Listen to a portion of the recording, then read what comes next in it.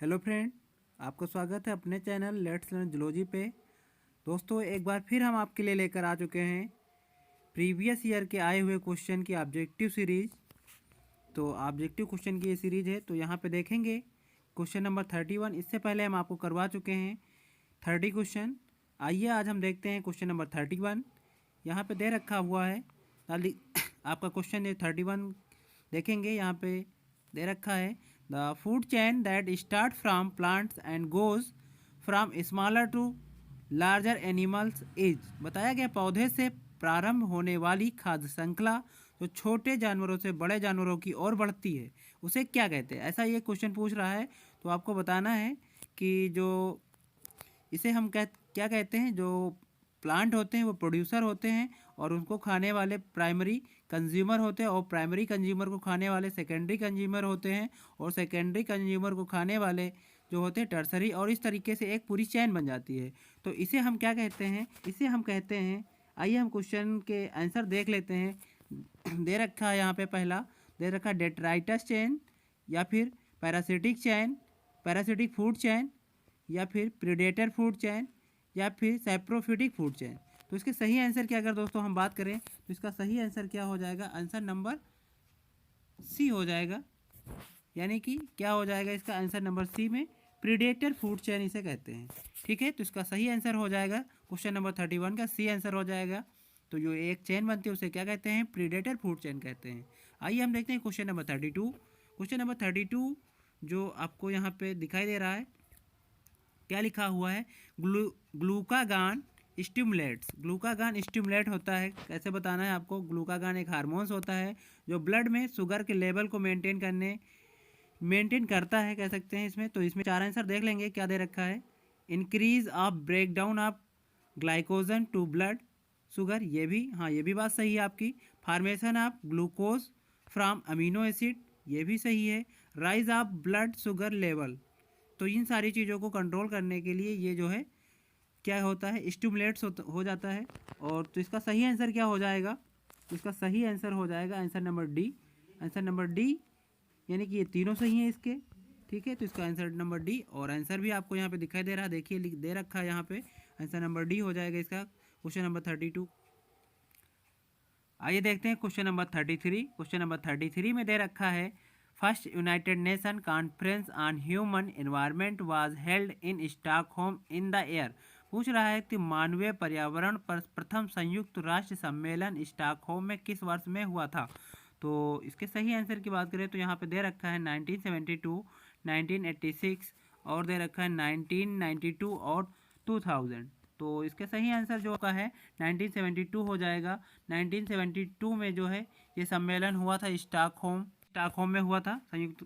ठीक है, तो और तभी से जो है हमारा जो 5 जून को विश्व पर्यावरण दिवस मनाने की घोषणा की गई थी 1972 से। तभी से हम लोग क्या करते हैं, 5 जून को राष्ट्रीय विश्व पर्यावरण दिवस के रूप में मनाते हैं।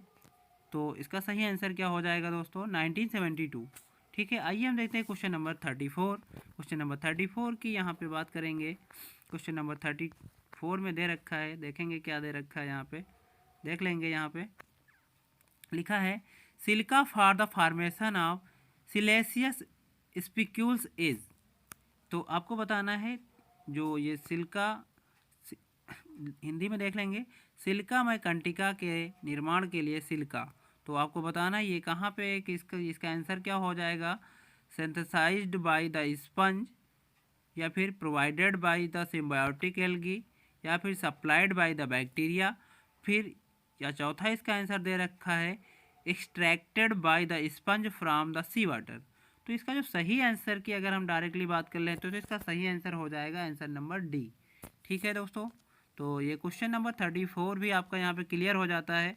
आइए हम देखते हैं क्वेश्चन नंबर 35। क्वेश्चन नंबर 35 की यहाँ पे बात कर लेंगे।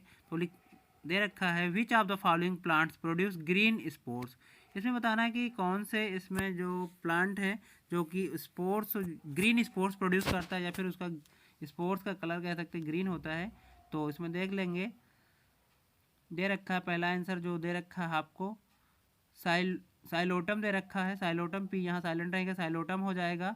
और दूसरा दे रखा है लाइकोपोडियम दे रखा है, तीसरा दे रखा है रिक्सिया दे रखा है, और चौथा दे रखा है इक्विसिटम। तो इक्विसिटम की बात करें, इसका सही आंसर जो आपका होना चाहिए, जो इक्विसिटम होता है वो ग्रीन कलर का, तो इसका सही आंसर हो जाएगा डी। ठीक है, तो आंसर भी देख लेंगे, ये है डी दे रखा है यहाँ पे। आइए हम चलते हैं क्वेश्चन नंबर 36 पे। एरियल रेस्पायरेशन आपको बताना है यहाँ पे, aerial respiration in Pila occurs from. तो पूछ रहा है, क्वेश्चन जो आपका पूछ रहा है, जो पाइला होता है तो उसमें एरियल रेस्पायरेशन के द्वारा होता है। तो इसमें देखेंगे पल्मोनरी दे रखा, पहला आंसर दे रखा है पल्मोनरी सैक दे रखा है, दूसरा दे रखा है मेंटल दे रखा है, और तीसरा टिनेडियम दे रखा है, और जो है चौथा दे रखा है ब्रैंकी। तो इसके सही आंसर की बात करें तो जो एरियल रेस्पायरेशन जो पाइला में होता है, जो है पल्मोनरी सैक के द्वारा है होता है। तो इसका सही आंसर जो हो जाएगा आपका आंसर नंबर ए हो जाएगा इसका। ठीक है, तो पल्मोनरी सैक के द्वारा इसमें जो आपको देखने को मिलता है। और जो अगर हम बात करें इसके, थोड़ा सा और डिस्कस कर लेते हैं इस पर। अगर इसमें एक्वाटिक रेस्पायरेशन की बात करें तो एक्वाटिक रेस्पायरेशन के लिए इसमें जो है गिल्स पाए जाते हैं। ठीक, तो इसमें दो टाइप का जो है रेस्पायरेटरी सिस्टम जाता है। रियल रेस्पायरेशन के लिए पल्मोनरी सैक होता है, और अगर बात करें यहाँ पे एक्वाटिक, अगर वाटर में ये रहता है तो वहाँ रेस्पायरेशन के लिए इसमें गिल्स भी पाए जाते हैं। ठीक है दोस्तों, इसका सही आंसर क्या हो जाएगा, इसका हो जाएगा ए नंबर। ठीक है, आइए हम देखते हैं क्वेश्चन नंबर 37। क्वेश्चन नंबर 37 की यहाँ पे अगर बात करें तो दे रखा है naturally occurring enzyme lysozyme is found in. बताया गया है कि प्राकृतिक रूप में पाया जाने वाला एंजाइम लाइसोजाइम पाया जाता है। ठीक है, प्राकृतिक रूप से पाया जाने वाला एंजाइम जो लाइसोजाइम है कहाँ कहाँ पाया जाता है आपको बताना है। सलाइवा में पाया जाता है, या टीयर्स में पाया जाता है, या फिर इसके आंसर देख लेंगे क्या दे रखा है। और भी क्या तीसरे नंबर पे क्या दे रखा है, तीसरे नंबर पे यहाँ पे देखेंगे दे रखा बोथ ए एंड बी, और इस नन ऑफ दीज, इसका जो चौथा है नन ऑफ दीज। तो इसका सही जो आंसर की बात करें तो दोनों में पाया जाता है, यानी कि इसमें हो जाएगा बोथ, यानी कि ए और बी। ए और बी का मतलब क्या है यहाँ पे देखेंगे, यानी कि सलाइवा में और टीयर्स में दोनों जगह पे ये आपको जो है एंजाइम देखने को मिल जाएगा लाइसोजाइम। ठीक है, तो इसका सही आंसर हो जाएगा सलाइवा एंड टीयर। इसका मतलब ये है कि जो है इसमें जो है दोनों सही हो जाएंगे। तो क्वेश्चन का जो सही आंसर हो जाएगा सी नंबर हो जाएगा, यानी ए और बी दोनों हो जाएंगे इसके। आइए हम देखते हैं क्वेश्चन नंबर 38। क्वेश्चन नंबर 38 की बात करें तो यहाँ पे देखेंगे दे रखा है when the expression of a gene is change due to presence of another gene it is called as. तो बताया गया है किसी जो एक जीन होता है वो किसी दूसरे जीन को प्रभाव को एक्सप्रेस कर देता है तो उसे क्या कहते हैं। ठीक, तो यहाँ पे 4 ऑप्शन दे रखे हैं। कहने का मतलब फिनोटिपिक एक्सप्रेशन जो होता है वो जो इफेक्टिव जीन होता है उसी का दिखाई देगा, और जो थोड़ा इफेक्टिव जीन नहीं होगा उसका नहीं दिखाई देगा। तो जो इफेक्टिव जीन होता है उसको क्या कहते हैं, उसको हम कहते हैं एपिस्टैटिस। ठीक, तो उसे हम क्या कहते हैं, आइए देखते हैं क्वेश्चन नंबर 39।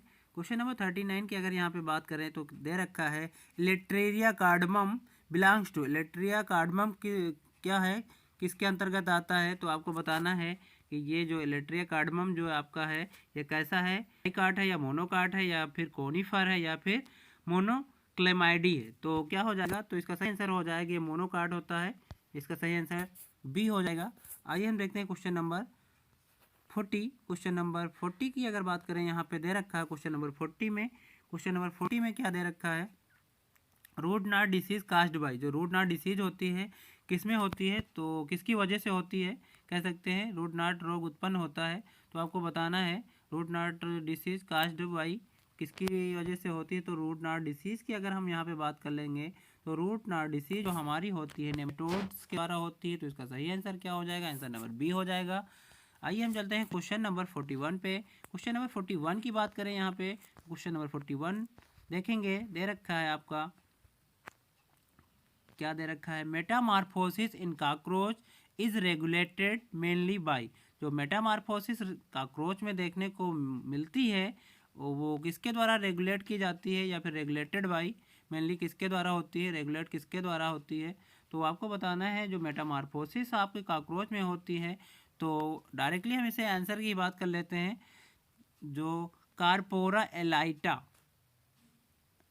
एलाटा कह सकते हैं, कार्पोरा एलाटा के जो होती है ये, इसकी मेटामॉर्फोसिस को रेगुलेट किया जाता है। ठीक है, तो इसकी मेटामॉर्फोसिस जो रेगुलेट होगी क्या होगा, कार्पोरा एलाटा के द्वारा रेगुलेट होगी। आइए हम देखते हैं आज का लास्ट क्वेश्चन, और ये क्वेश्चन नंबर जो है आपका है क्या है, क्वेश्चन नंबर 42। क्वेश्चन नंबर 42 की अगर हम यहाँ पे बात कर लेंगे, आज का ये लास्ट क्वेश्चन है। तो क्वेश्चन नंबर 42 की बात करते हैं। यहाँ पे दे रखा है, which genetically engineered microbe use in production of human insulin, यानी कि ह्यूमन इंसुलिन को ह्यूमन के लिए इंसुलिन बनाने के लिए जो आपका माइक्रोब्स यूज किया जाता है वो कौन सा है। तो मोस्टली सभी दोस्त हमारे जानते ही होंगे, जो ह्यूमन इंसुलिन के फार्मेशन में आपका जो है माइक्रोब्स यूज किया जाता है वो है इश्चेरिशिया कोलाई। इश्चेरिशिया कोलाई जो आपका एक क्या है, बैक्टीरिया है, इसको हम यूज करते हैं इंसुलिन के फार्मेशन में। ठीक है, तो इसका सही आंसर आपको यहाँ दिखाई भी दे रहा है दोस्तों। तो इसका सही आंसर क्या हो जाएगी, इश्चेरिशिया कोलाई। तो आज के ये थे कुछ 12 क्वेश्चन दोस्तों। इस सीरीज को हम कंटिन्यू रखेंगे और अपने चैनल पे बने रहिए दोस्तों।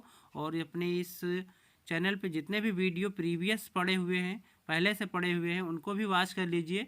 और इसके बाद भी हमारी जो सीरीज कंटिन्यू रहेगी दोस्तों। जो दोस्त हमारे नए हैं अपने इस चैनल को सब्सक्राइब कर लें, और जो दोस्त हमारे पुराने हैं और अपने पुराने दोस्तों से हम यही कहना चाहेंगे, प्रीवियस ईयर के जो क्वेश्चन और भी पड़े हुए हैं वीडियो, उनको भी वॉच करते रहिए, जिससे कि उनका जो है रिवीजन होता रहेगा दोस्तों। ठीक है, थैंक यू दोस्तों।